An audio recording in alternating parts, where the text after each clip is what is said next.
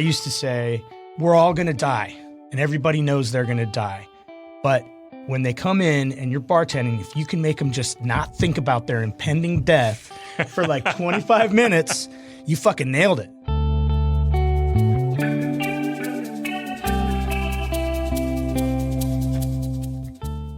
Welcome to the Dine One Six, a Sacramento food podcast. I'm your host, Max Connor, joined, as always, by my co-host, Neil Little. Neil, what is going on, man? What's been happening with you in the food world lately? Not too much. I am enjoying this fall spring we are having right now. Remember, everyone, we're just going to have this for a week, and it's going to get cold again. That's right. But in that meantime, I have been taking advantage of the beautiful weather. My mom being fully set up in town now, we went out and had lunch this last week and actually visited a friend of the podcast, Matt Brown, down at Six, as in Hugh Grant, straight out of Matt Brown's words himself. We went down to Six down in Clarksburg and had a wonderful lunch down there. Something Matt's doing that's really, really fun, especially those in the restaurant, like January, February, March, are kind of difficult times. It's a little bit more mellow. So Matt has been traveling around the world in his kitchen. He has been visiting different regions of the world the past couple weeks and showcasing their food to us customers, and it's been fantastic. Last week they did China. My mom and I went down there and had some lovely pork bao. And then the next coming weeks, if anyone is interested, they are visiting Greece this coming weekend, Oaxaca the weekend after that, and obviously with St. Patrick's Day around the corner, they will be doing a lot of St. Patrick's stuff the week of St. Patrick's Day. So I encourage everyone to go check out Six. Matt is a wonderful chef and just a great dude all around. That's cool. Yeah, that's great to hear. I remember, soon after we interviewed him, he moved on and opened that spot. So great to hear that it's going well, that he's got some fun things going on down there. I, too, visited friend of the podcast, Chloe Booth, who we interviewed, who used to make dough over at Pizzasaurus Rex. I went in there the other night and had a delicious slice of pizza. I've been over to Moonbelly Bakery recently, which, it's like I don't always have the opportunity to be over there at the right time, and I was couple Saturdays ago, and that place is like, it's so good, but it's also, every time I go to a good bakery, I think, well, I'll just go and I'll get like one, maybe two pastries, and then I get like 4 pastries, a sandwich, 2 loaves of bread, some jam, this pear vanilla bean jam that they make in-house, like, unbelievable. They have great pottery there too. That place is fantastic. We've got to get her on here. Absolutely. But anyway, I digress. But I'll tell you where I am really excited to go eat. I've been there many times, as any good Sacramentan has. You and I are going to go there here in just a little bit. It is the subject of today's guest. He's one of the owners of this wonderful, uniquely Sacramento spot, and that is Golden Bear, which is a place that also many of our previous guests, including Chloe from formerly Pizzasaurus Rex, she works in the kitchen at Golden Bear now. It seems like almost a rite of passage in certain ways if you worked in the food world in Sacramento to have made a stop at Golden Bear. Absolutely. I made my stop there. Matt Brown, as I previously mentioned, made a stop there. It's just kind of like the crossroads of downtown where you get great food and great service in a little bar, and there's just not many places that offer that. And it was one of my, still to this day, 10 years later, favorite places that I've ever worked in Sacramento. So I pulled on my former boss, Josh Milholm, who is in charge of Golden Bear, and we get to kind of see what his view on the world is and how the impact restaurants can have on everyone. Yeah, this is a really interesting interview, kind of wide-ranging of food life in Sacramento, a career hospitality person who's now at just an iconic spot in Sacramento. And so, Neil, let's throw on this interview and head over to Golden Bear. And next you hear from us during this interview, we'll be live eating at Golden Bear. I'm hungry.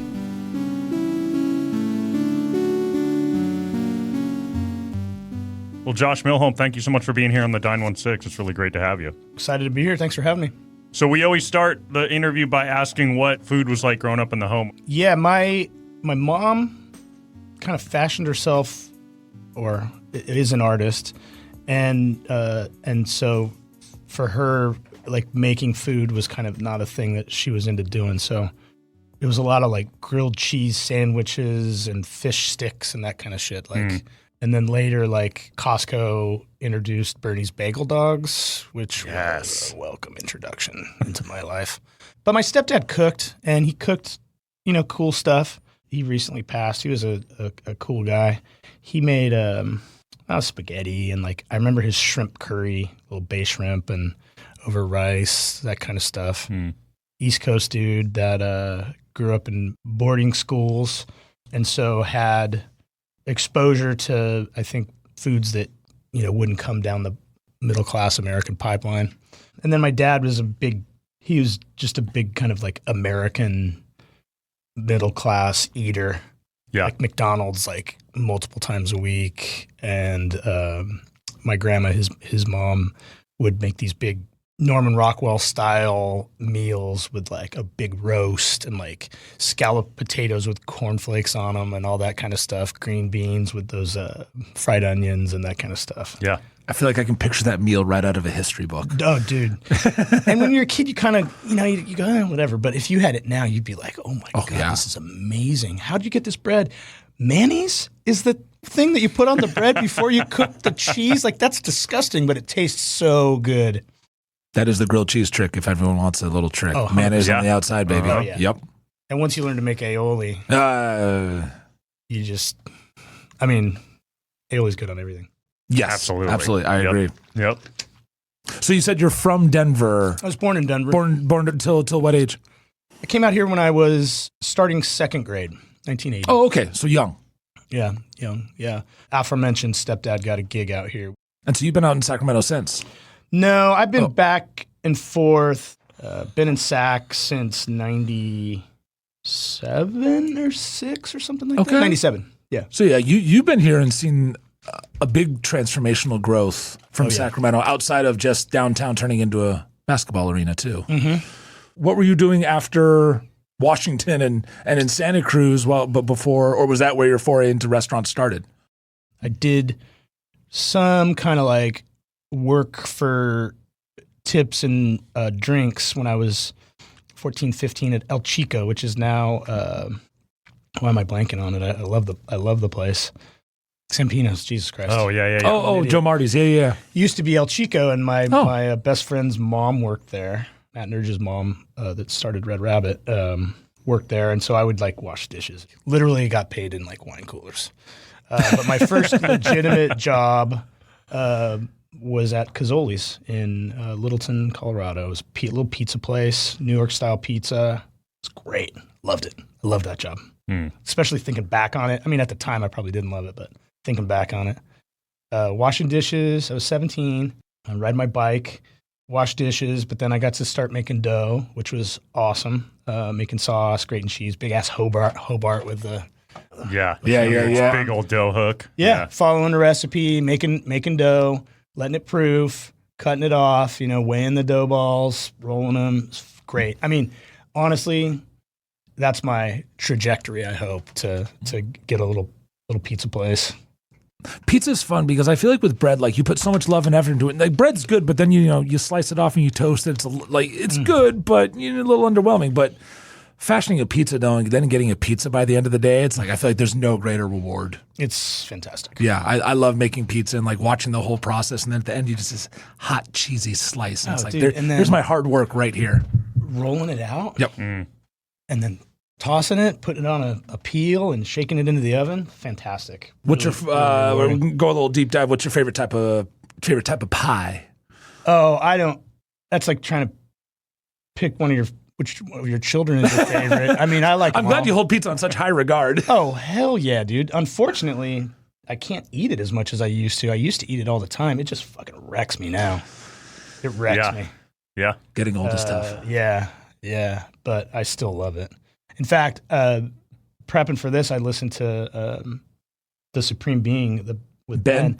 And so then that night, I went and got it, overate it. That's such a good pizza, too. Oh, dude, his pizzas are amazing. Yeah, it is. Yeah. It's so good. Yeah. We've got a lot of good pizza in town. We do. And each one is unique. I mean, you have Pizza Source Rex right next door to you that I think is fantastic. Yeah. Masulo's fantastic. Yeah. Like, we're spoiled. I really like Luigi's. I think is good pizza. We got Giovanni's over in our neighborhood. Mm-hmm. Yep.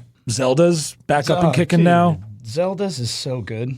It's amazing. It's kind of our little dive bar. Kind of like dark, dingy, quiet, no TVs. I kind of respect that. Yeah, I really love what they've done.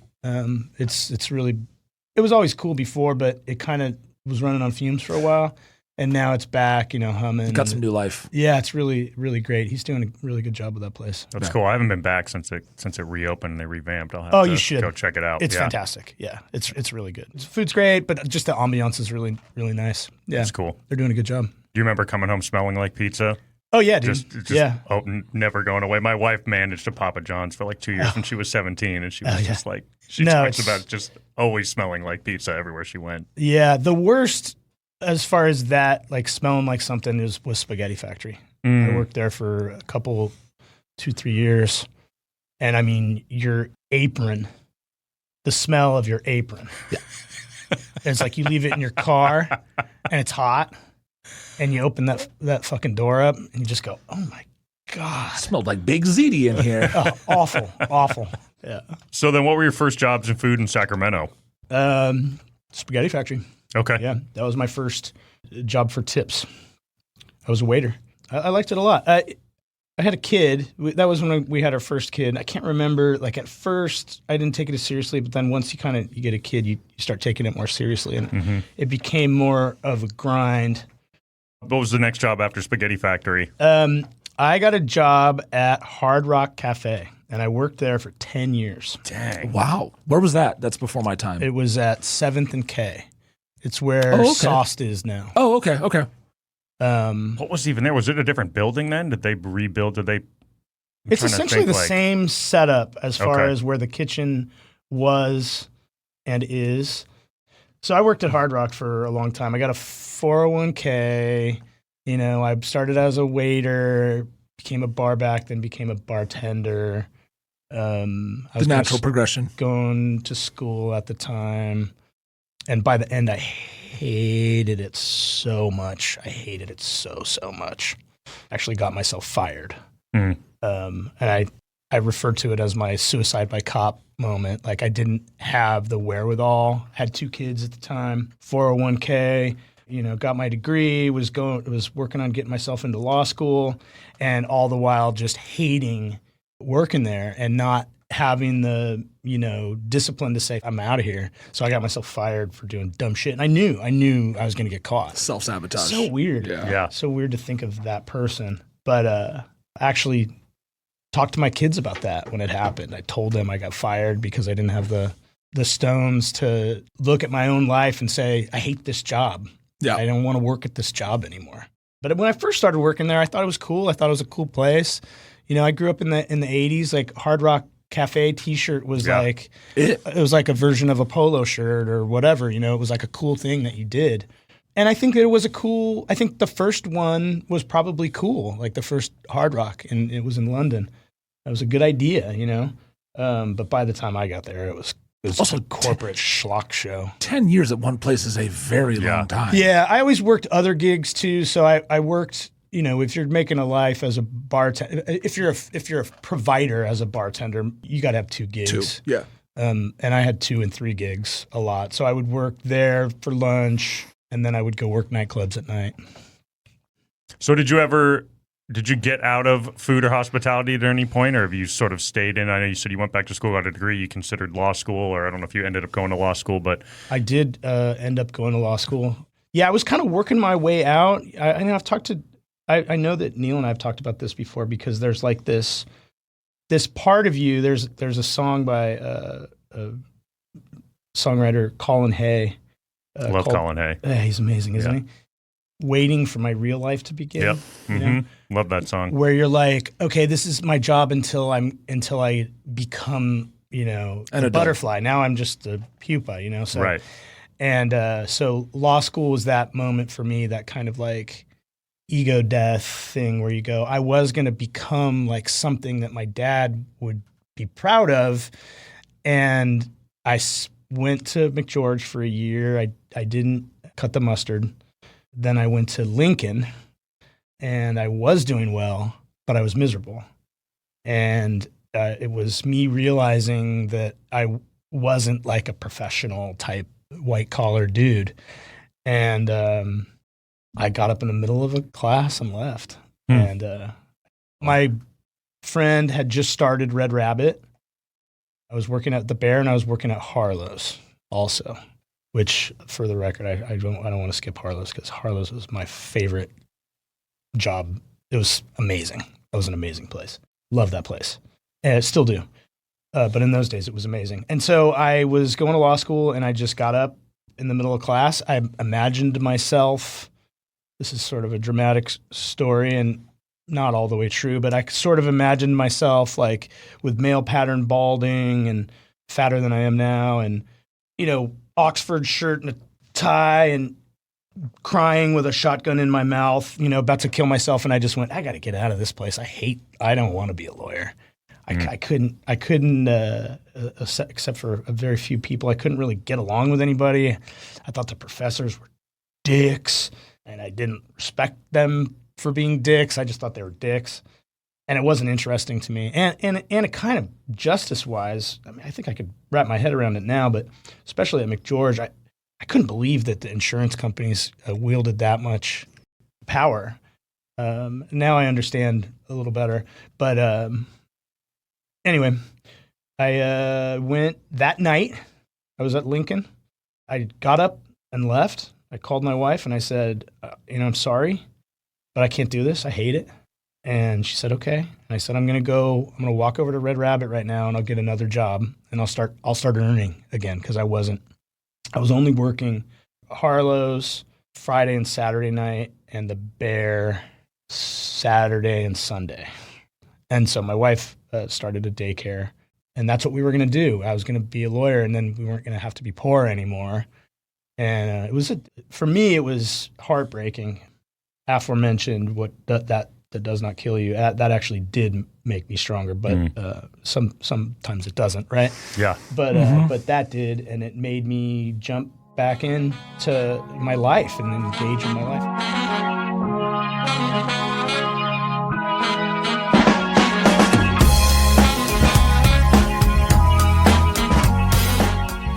Yeah, we're actually eating at Golden Bear right now, and the food is absolutely spectacular. Everything here is scratch made. We have had smiles on our face the entire time. Outstanding sliders, I must say. I think you even enjoyed them as well. The slider was absolutely phenomenal, and I've got a grilled ham and cheese sandwich on here, which has house-made potato chips in the grilled cheese sandwich, which is just like immediately I already knew Golden Bear was good. I've been here plenty of times, but just like, if you were a first timer to me, if I went somewhere else I hadn't been and that were the case, I would be like, immediate trust. Give me anything else your kitchen makes. You've got house-made potato chips in your grilled ham and cheese, like chef's kiss. I didn't know Josh before this. I did not expect that story about trying to go to law school and halfway through a class just realizing like, nope. And what was so interesting about it is like that duality too of knowing that this isn't it and going back to restaurants to make money. But he also wasn't just like, that's the love of my life, that's what I want to do. He's like, this is what I have to do. But yet in that process, like eventually really fell completely back in love with it. And, as we're going to hear in a little bit, has a really unique take on just the power of hospitality in restaurants in general. I think you can say that about a lot of people, and especially I who am approaching 40. If I would have never guessed I would still be in restaurants at this time, but I'm just at a point where I want to be happy in life, and I think this was the same with Josh. And it's like, I'm happy in restaurants. Nothing makes me happier than walking up to a table after I've served them dinner, and they're like, "This is awesome." It's like, cool. I'm so glad we're catering to you and having a good time. And I think that's kind of weird, but it's like, your happiness brings me happiness. And I think that's kind of the way Josh is of like, he just wants to provide and have people smile around him, and Golden Bear is his opportunity to do that, and I love that.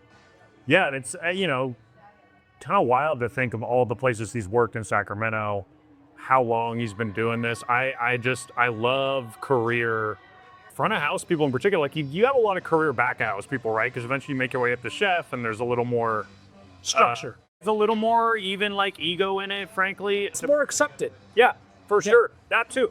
That is a great point. It's more accepted. Because you are absolutely right. You can go to a cocktail party with a bunch of 6-year-olds and say, I'm an executive chef at a restaurant, and everyone's impressed. If you say, I manage a bar, right, or I'm co-owner of a bar, a certain type of person's going to sort of be like, oh, I had not thought about that. That's absolutely right. Yep. Oh, it's a battle that I've had with myself and a conversation that I've had with myself. Yeah, I bet.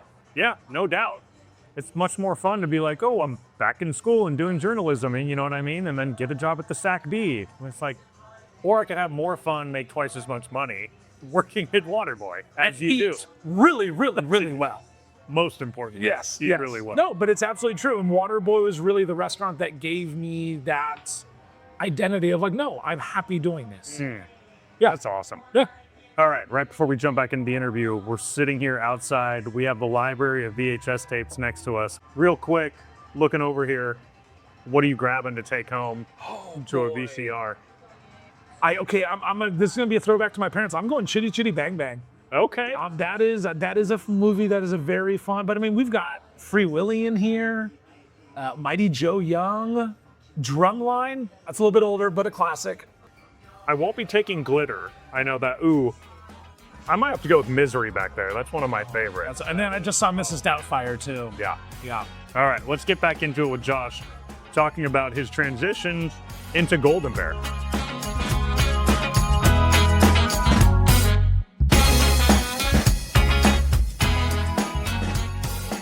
I feel like all your experience at all your different locations has really culminated in the Bear. Like, that's one thing I appreciate the Bear is that, like, pound for pound, well, I guess inch for inch, the best kitchen in Sacramento, because your kitchen is all of 8 square inches. I feel like for those of who hasn't been into Golden Bear, like the kitchen is tiny and cranks out. Oh, I still miss the mac and cheese pizza. That was that still today is my favorite pizza, but like the best and most creative food, I would say, in Sacramento. Like, you never know what you're going to get. You're going to get a banh mi or a tomato soup. Like, you can have 5 different elements of the world in the menu, and I just appreciate how much you guys crank out of there. But also, like, you guys also do really good craft cocktails. And I've seen pictures of your bar at night where I have not stepped foot in years because I'm too old. But it's not full. It's shoulder to shoulder. Oh, like, dude, it's there's no movement in there. For guys like, our age, it's like a nightmare. Oh God, you never sounds want to awful. do something like that. Yeah. But yeah, the kids. In fact, my son is one of them. That's part of that culture, and people love that place. As I was saying earlier, you guys are a destination. Yeah. Like, oh no, where are you going to? Oh, Golden Bear, and like. I'll hear my hostesses and whatnot at work talking, and like it's like, oh, we're going to Golden Bear, and like there's no oh but or what about here? It's like, oh, okay, yeah, like and they are there, and they come in hungover as death the next day, so I know they're having a good time. Yeah. But I appreciate how much you can fit into that little up house on the corner in Sacramento. Yeah, thanks. It was the first place. Harlow's is still my favorite gig I ever had, but Golden Bear was the first place that I worked where I was like, oh, my real personality can be in this space and people will like me and I will like them. I can actually have a place where I can be creative. It's not even irreverent anymore. It's just because, irreverent would mean that there was something to be reverent to. Like, I just was whatever. I would just say whatever I wanted. And people thought it was hilarious because it's like a shithole, And I loved it. And I think to add on to that, and I can see you talking about it, but it's like, you talked about hating yourself or like hating being a lawyer, like you're happy.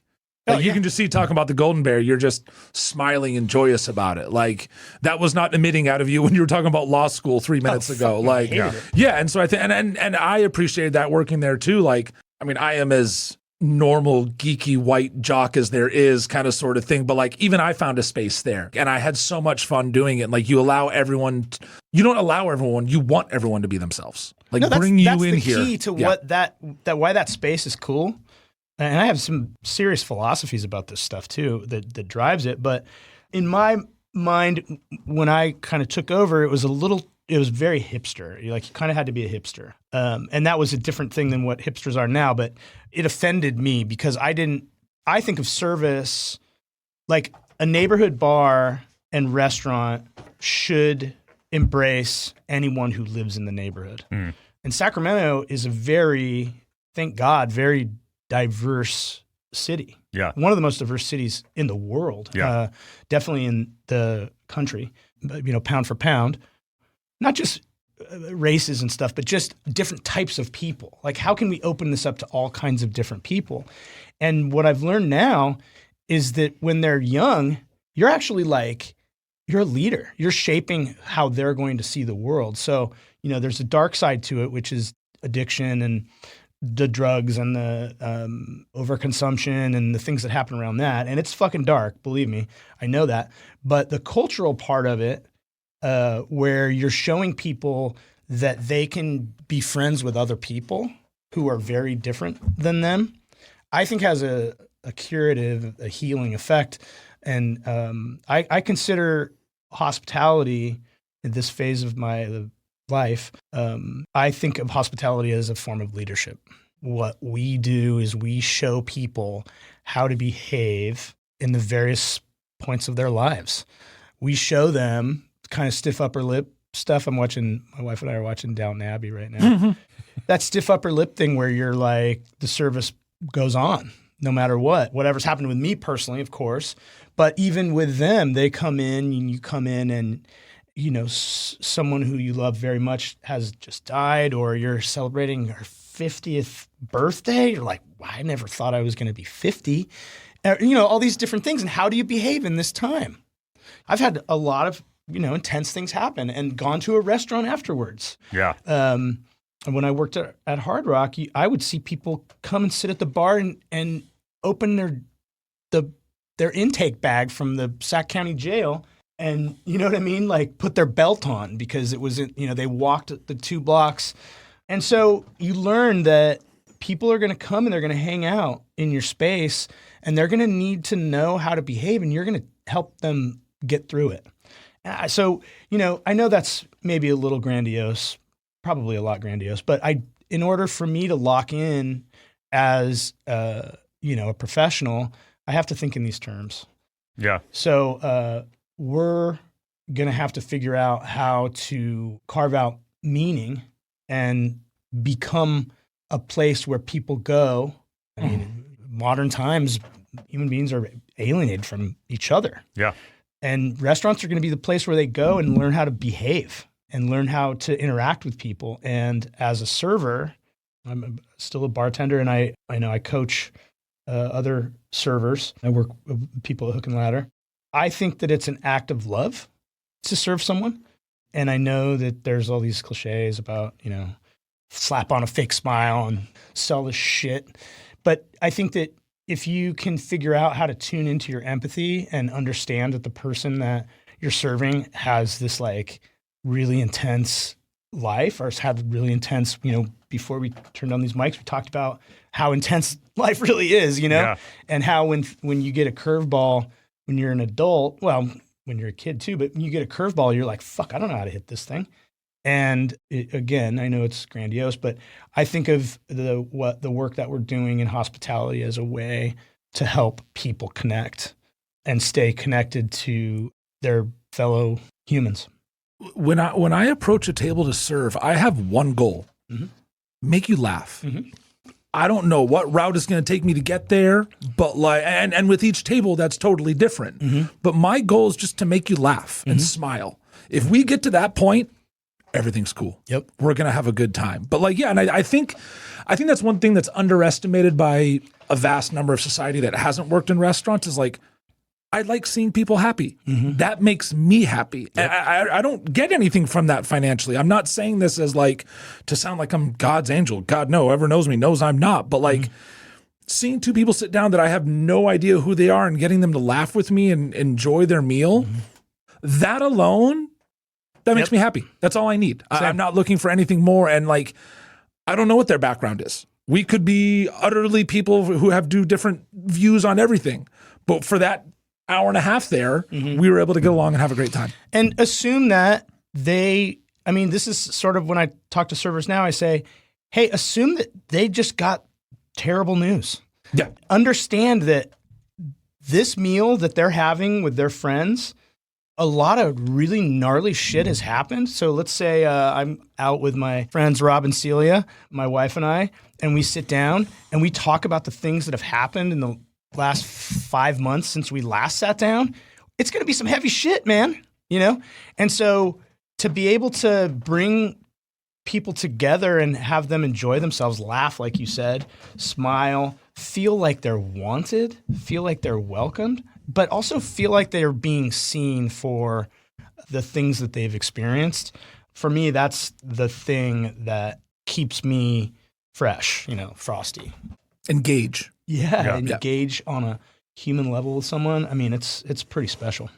I think you said, I mean, I love all that. I don't think it's too philosophical. I think that's why we do this. Ultimately, like, wanted to do this podcast was because we'd worked in restaurants and we wanted people to understand how much people, especially people who make a career of working in hospitality, feel that very thing and understand that and want to know that, like, people are coming because of a graduation or a death, or they just bombed a job interview, or they, saved up, like they, this is like the one time they're going to go out for the year or for 6 months or whatever it may be, right? And you just don't know. And I think the point too about we're so siloed in where we are in the rest of our lives and our digital lives and pissed off at each other, and to be in a place like Sacramento that, as you said, is one of the most diverse cities in the world, both culturally, economically, racially, but also even politically. Like, we're sort of a true purple city, even in California, sort of like know that we're all going to stand shoulder to shoulder in this cool, funky place where everyone gets to be who they are.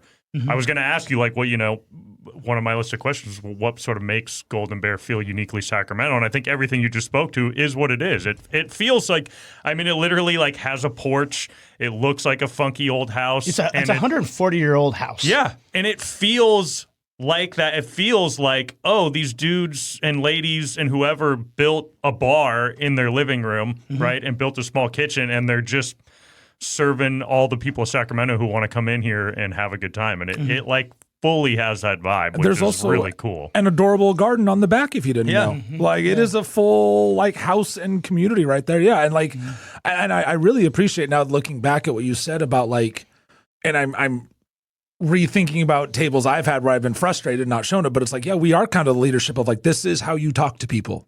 Like, I think that is becoming. I mean, one of my buddies, we were talking Lucas earlier. I remember he told me a story about he went into an interview with Amazon. This was like a year or 2 years ago, and sat down with the guy across from him, and he had actually this will apply to you. He had a Todd Helton banner behind him. They talked Rockies baseball for an hour. Yeah, and the guy was like, "You have it. You can talk. You can communicate." And he skipped through 4 interviews right there, just being able to talk and hang out and have a good time. Like, that was it. You mentioned before we turned the mics on, like, how we do interviews, and this hopefully will speak to your question as well, but you must be actually proficient at bartending or you can't have the gig. Yeah. Sure. But I need to know, like, are you interesting? Do you want to do this? Are you going to be able to talk to someone who is on paper or by the eye test totally different than you? Are you going to be able to find something common? Or are you just like bartender cool guy or whatever the fuck it is? And so that's a big part of it. It's like, I need my staff to be in touch with their empathy and have good boundaries at the same time, and to be able to make drinks and, show up on time and all these other things. But yeah, it's in order for us to do what we're here to do, you must bring more to the table than just rote service, drinks and stuff. And I don't want to act like I don't know that the people who are working at night are not really doing much of that. On a Friday, Saturday night, they're just slinging out shots and beers. And I've done that. I've worked nightclubs. It's not very rewarding other than fiscally. But I think that also ties into what you were just saying, though, is like, but that person knows exactly what that job needs at that time. Like, I suck at nighttime bartending because I do want to talk to everyone. Like, I'm not a good nighttime bartender because I do want to socialize. So that doesn't fit my repertoire, where some person is like, yeah, dude, you can crank out 19 of these at once, and just understanding what the job demands at each time. And the other thing with food is that, like, my first podcast idea was like, oh, let's get four buddies together and talk about sports. That hasn't been done 2 billion times already. Right. Food is the one thing everyone has in common. I don't care where you're from. I don't care what you do. I could be sitting across from someone who doesn't speak a lick of English, and I don't speak what they speak. But if we have a good food and smile at each other, we know what we're saying. Like, oh, okay, let me get a bite of that then. Like, there's just so much communication and like empathy and whatnot, just in those looks and word and lack of words and taste, that food brings everyone together, whether it's death, whether it's happiness, whether it's sadness, whether like X, Y, and Z. And food is always the core of the situation. As we've learned, or as I'm learning more now, the older I'm getting, it's all those things that you just mentioned. They all happen at the exact same fucking time. Yep. It's all on the same plate. Yep. The death and the joy, the birth and all that stuff happens at the same time, and juggling all those things at once is the trick. Yep. Yeah. I mean, like I said, getting people to laugh. At Waterboy, I'll walk up to a table, and if they're waffling on drinks, I'm like, so 2 Jaeger bombs? Yeah. Automatically, oh God, I haven't had one of those since I was at University of Oregon. Oh, you went to Oregon? And then all of a sudden, now we're talking about the Ducks, and I'm saying something about, Justin Herbert, and we're now having a casual conversation 30 seconds later, and I knew nothing about you. And that's what little it can do, getting someone to laugh. Exactly. It's the same sort of principles as detective work or as sales. Provided you're paying attention to the cues, you can get anywhere with people just by seemingly innocuous drops. Yep. So yeah, we talked with a longtime bartender, a couple weeks ago, and we were talking about this very thing. And he was also talking about the guy who comes in a few times a week at Bar 6. Always at 5:15 and just wants a beer and no conversation, right? And just clearly has a job or a life that's hard or whatever. And now he's gotten to the point, but he knows him enough to not over-engage him, but also knows what he wants and is able to give him that I see you, I know what you want, here you go, and and he can feel that dude just feels seen, gets what he wants, and then can just sort of put his head down, enjoy his pint. Yeah, and sometimes leave. somebody isn't. Some guests aren't as needy as other guests. Sometimes they're they've got it all. They know what they need. They don't want to talk to you. They don't really need to know you. Just serve them, and that's a pleasure too. Yeah, you just knock out your shit, take care of business. Yeah, that guy might have some sales job where he's just talking all day long, or he might be on Zoom meetings, leading meetings all day long, and he just wants people to shut the fuck up, and he just wants to quietly enjoy a good beer and not have to engage in conversation. And he figured that out with this dude. It's like that. I love that story too. Right? Yeah, that's great. Fantastic.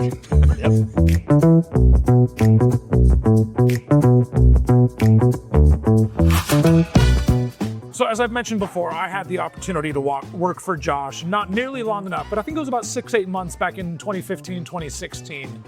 And I still vividly remember the interview with him because it wasn't an interview.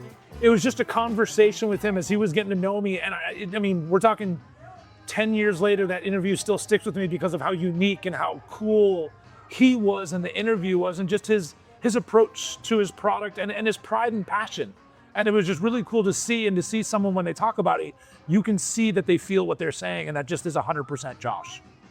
I love that we have you here having actually worked here for this interview, because Josh is such an interesting person with such a kind of certainly unique view on what it is to work in restaurants, what Golden Bear is, which is certainly a unique place in Sacramento and anywhere for that matter, which I love. He talked about his views on hospitality as leadership and as a way to connect people and as a way to give people a sort of community space where any type of person can come in and get to know each other, to have a conversation. To have you across the table knowing that you worked here, you have met him, and that is who he is and what the vibe here is pretty cool. It's very cool. I think he's just done such a great job being so well-informed and welcoming. I think those would be the two things I describe most about him. Yeah. Well, we're going to jump back into the interview and talk a little bit about the food, which we haven't gotten too much into. And I have to say, right now I'm going to take a bite of this grilled cheese, ham and cheese, or wait, no, I'm going to get one corn dog bites. Corn dog bites right here. So let's hear a little bit more about... Pardon Max while he drops everything all over his plate. But yes, let's jump back into the interview right here and see what Josh has to say. Let's hear a little bit more about what the kitchen's up to here in Golden Bear.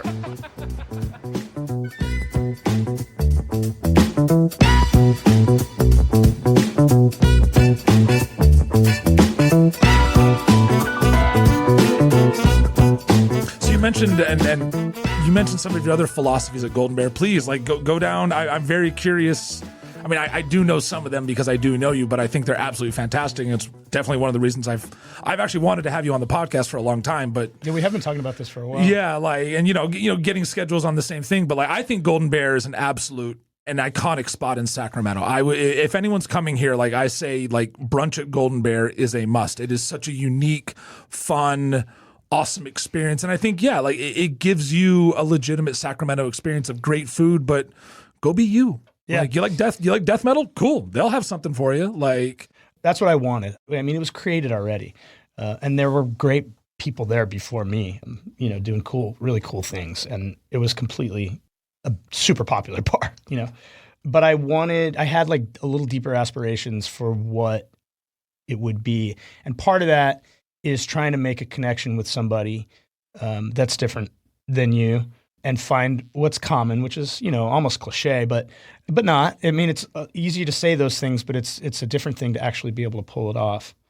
And have two people sitting next to each other who are completely different and introduce them and they have a nice conversation. That's how you become a world-class bar, in my opinion. Now, I mean, I know a lot of other people who talk about, the quality of a drink or whatever. That's a must. You have to have a good thing. But it's almost secondary to the connections. And so part of it is knowing that you're welcome, knowing that you're allowed to be in that space. And not every single person is, and that's part of what makes you know that you are welcome. When the guy who's not welcome is told to fucking kick rocks, oh, I belong in this place. I'm allowed to be here, and they want me for who I am. That's part of it. I don't know if that speaks to exactly what you're saying about the philosophies, but it's the idea that no matter what you're doing, you can walk up the ramp and open the door, and it might be different music and it might be a different bartender and all the specials are different and there's different people sitting at the bar, but it's the place that you wanted it to be, which was a certain amount of levity. You can relax when you go in there. You can have a good time. I used to say, we're all going to die and everybody knows they're going to die, but when they come in and you're bartending, if you can make them just not think about their impending death for like 25 minutes, you fucking nailed it. That's a home run. So that's something for me too. It's not denial, right? It's not like, a critic of a bar or drinking lifestyle could say, oh, you're in denial. You're getting away from the true measure of your life. No, you aren't thinking about it. You aren't obsessing about it for 25 minutes. Or if you're serving someone a meal, maybe it's an hour and a half where they're just not thinking about surviving. Yeah. You just survived for another hour and a half. Like it's what, I mean, that's what life is now. Just getting from one battle to the next and getting through it. Yep. Yeah. No, I fully, I go into Camden or Waterboy or all these places. Like I have an expectation when I walk in there. I have no idea when I walk into a Golden Bear, but that's also the exact joy I have of going into Golden Bear being like, I don't know what's behind the door today. Here we go. Yeah. And it's always fun. I don't know who's working, whether it's you or someone else, but there's always, some crazy chalkboard art out there. There's always some good specials up. And it's like, that's exactly, I don't want to say embrace the chaos, but like embracing the unknown. Yeah. I work, we have this DJ, Shino, who's amazing. We talked about being too old to enjoy the nightlife, but I mean, when this guy is DJing, it's just a fucking party. But he said to me when we were vibing and talking about some direction we wanted to go, he said, you get them to the edge where they start to think that maybe it's going to go over the cliff, and then you just try to stay there. Yep. And that's kind of what the bear does. I love that. No, it's just right there. Toe the line, baby. It's always about to go bad. And it has gone bad plenty, and it can, but mostly we're just right there on the edge, and we just, that we're alive, and we're not thinking about really dying. We're just thinking about having a good time. Yeah. I love that. That is the bear. Yeah, absolutely. Tell us a little bit about the evolution of the food at Golden Bear, because Neil said it. You mentioned it, that it's definitely known for food now. If people don't know, they should know. And Neil mentioned, he said for me when we first met, like that he's always felt sort of pound per pound size wise, and not considering it that it's some of the best food in Sacramento. Well, I'd like to ring all those bells. The guy that is with us right now, he and I've worked with him the most of any other chef. He's a great friend and I love him. Is Nick Carey. Nick's back? Nick's back. Yes. Nick was my chef. Yeah, Nick makes insanely good food. He's anti-bullshit, and he probably wouldn't want me to say this, but he's one of the most sensitive people that I know. And I mean that in every way. He's sensitive to everything that's going on, and he's fucking hilarious. I love spending time with him. I mean, it's like when you're going to work and you know that you're going to be with that guy, and you're like, yeah, we get to hang out, but you're working. So he's the chef right now.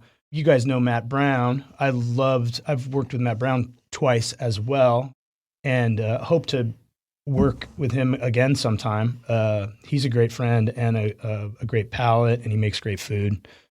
Brian Meisner was there when I started.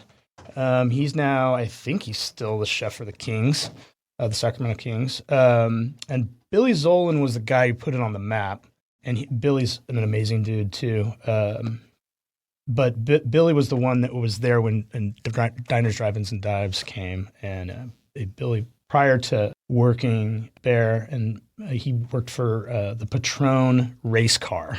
He was a chef for Patron race, which I thought was fascinating. That's awesome. That's pretty cool. He went and opened Bacon and Butter.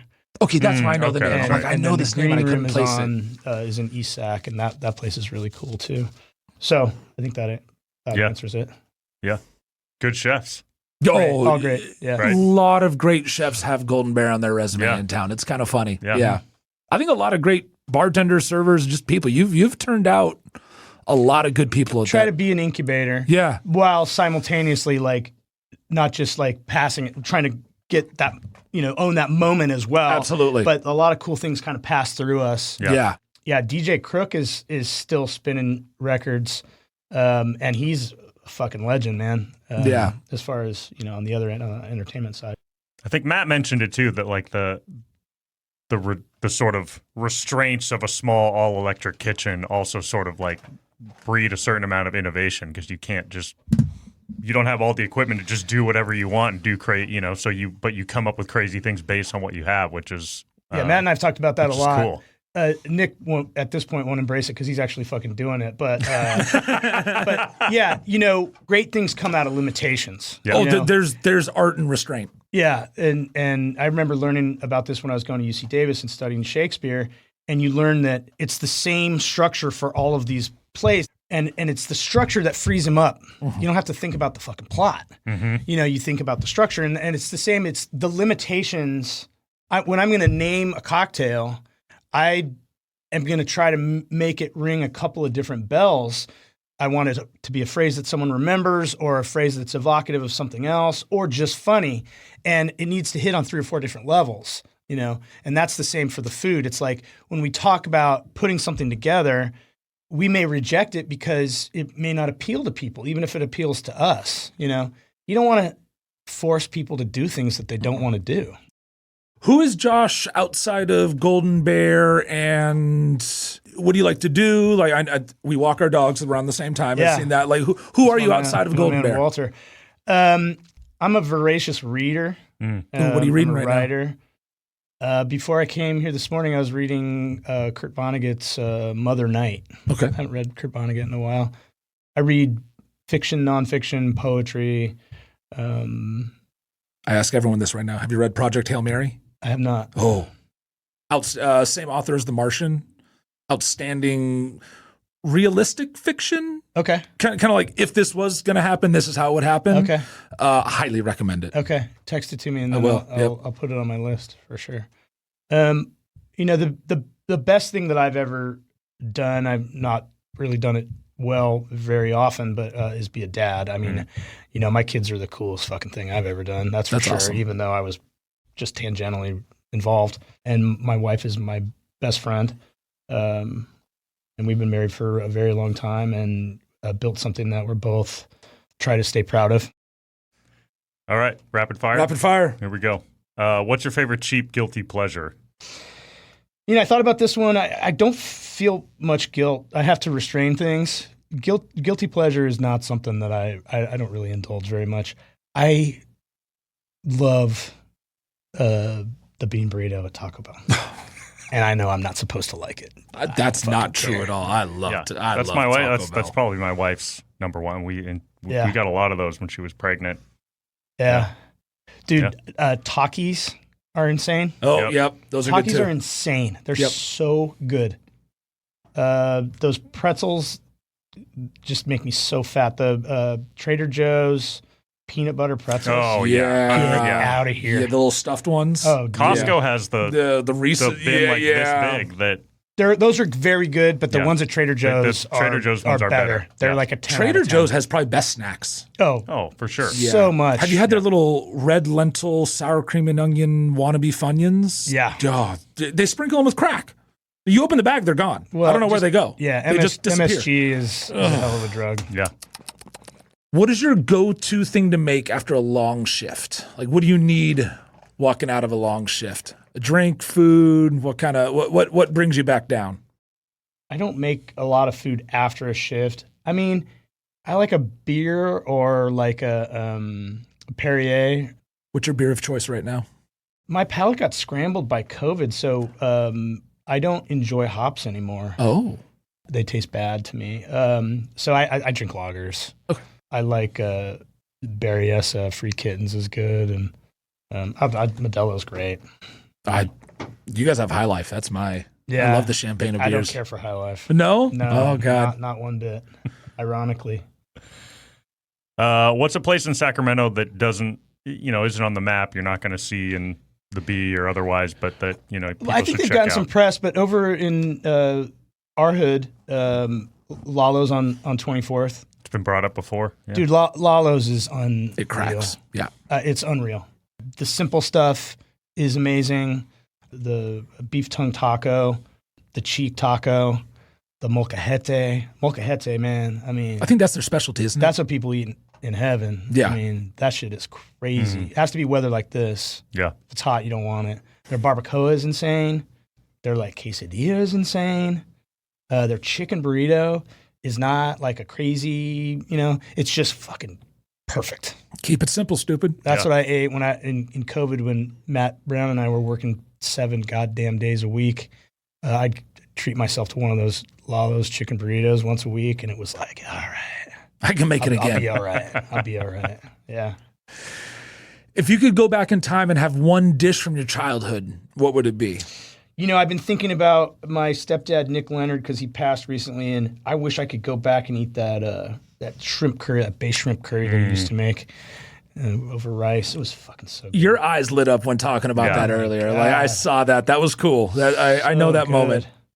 Like I've eaten, fancy stuff over the years, and that was simple and just like nailed it. Yeah. Yeah. Man. Right on.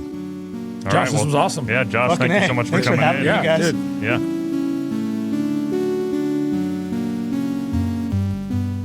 Max, after listening to this whole interview and getting to experience Golden Bear and everything that it offers, I think I have finally a vision of what Josh is.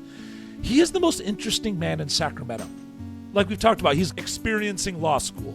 He's done all the little jobs, and he's just a guy, like, I just feel like you would walk up and see Josh sitting on a patio with a beer. You'd look at him, he'd tip his hat to you and nod, and you'd be like, yeah, that was a complete day right there.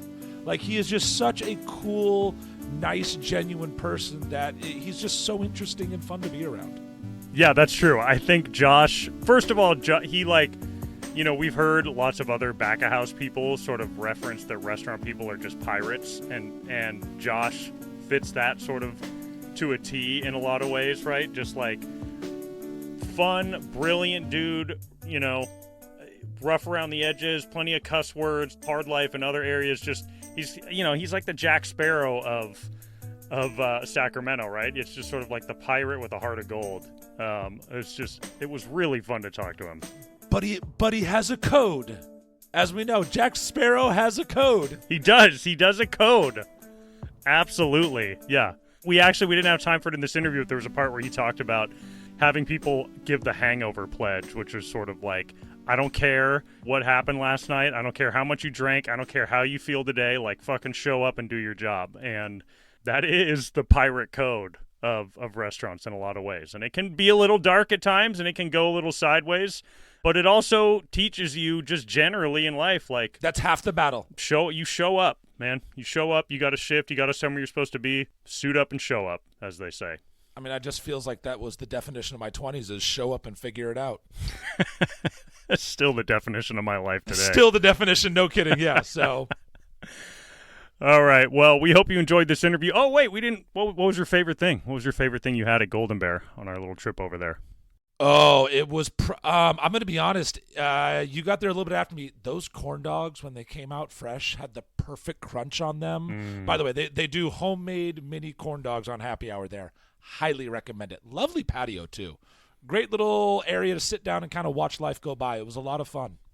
Yeah, and we went there, at like 4 o'clock. And so also, pro tip is it's a place that doesn't close. The kitchen's open from 11 when they open to when they close late at night. So, if you've got an early day, if you need to do an extra late lunch or real early dinner, it's a spot you can pop in anytime and get some delicious food. That grilled cheese sandwich was good. Chips and salsa, like I'm a sucker for chips and salsa, and just the chips and salsa and guacamole, so good. I'll be honest, when I ordered, I was like, I'll do that. Oh, yeah, and I'll do that. Oh, yeah, and I'll do that. Yep, I'll do that. Like I went in there getting 1 or 2 things and came out with 4 or 5. Yeah, the mark of a good place. Put me right Exactly. to sleep after. Oh, afterward. 100%. All right. Well, if you enjoyed this episode, please like, subscribe, share it with friends and family. That's how the show grows. That's how people find out about us. Really easy to do through a link. You can find our show on YouTube, not on video, but you can find the audio form there as well. That's an easy link to share around to people. You can follow the channel there just so you get the latest podcasts when they come through.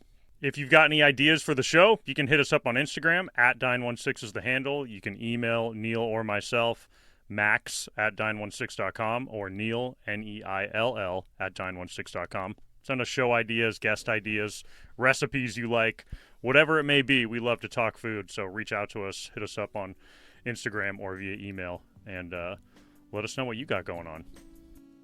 And that is also Dine One Six, fully spelled out, no numerals.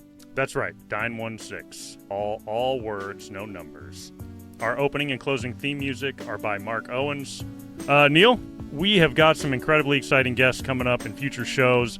If you liked this format, this is something we hope to do as an excuse to go out and eat, is to, sort of get to listen along with you, talk about the interview while we eat live at the place that you are currently hearing about. So, join us.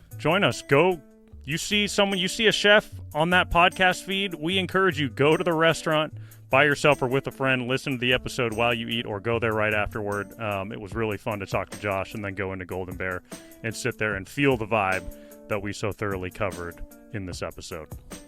Well, Neil, we'll see you in another couple weeks. Until then, as always, eat something you love with someone you love.